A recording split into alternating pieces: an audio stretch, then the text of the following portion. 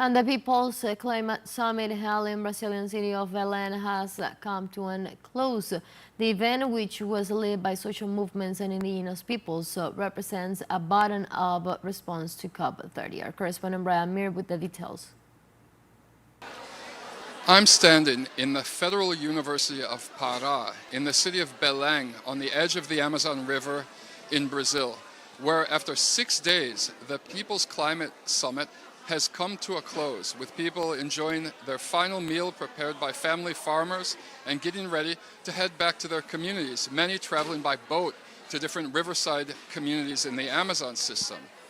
An estimated 30,000 people from social movements, from indigenous nations, from riverside communities and quilombola communities traveled here to create an alternative event to COP30, which they feel is placing way too much emphasis on green capitalism, with participation of many of the world's nations that are most responsible for the climate crisis. The summit culminated with a giant plenary session where thousands of people collectively created a list of demands that were delivered to the coordinators of COP30 and top government officials from Brazil, including the Environmental Minister Marina Silva and Indigenous Rights Minister Sônia Guajajara today.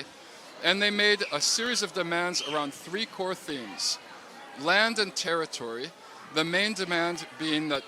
sovereignty over indigenous land should be guaranteed immediately to prevent predatory invasion from corporations in the mining, ranching, agribusiness, and logging industries, and that more indigenous lands should be returned to the people, as indigenous people are the best stewards of the environment.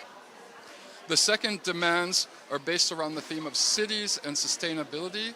They argue that it's the world's poor living in poor urban peripheral neighborhoods that suffer the greatest damage from climate disasters, and that the countries and corporations responsible for these disasters should be held to account and forced to pay to transform these neighborhoods into places that are safer for their residents from the risks of climate disasters like landslides and floods. The final core demand is based around the theme of internationalism and solidarity with the people. It's a call for a radical transformation to socialism, which blames global climate crisis on the capitalist system.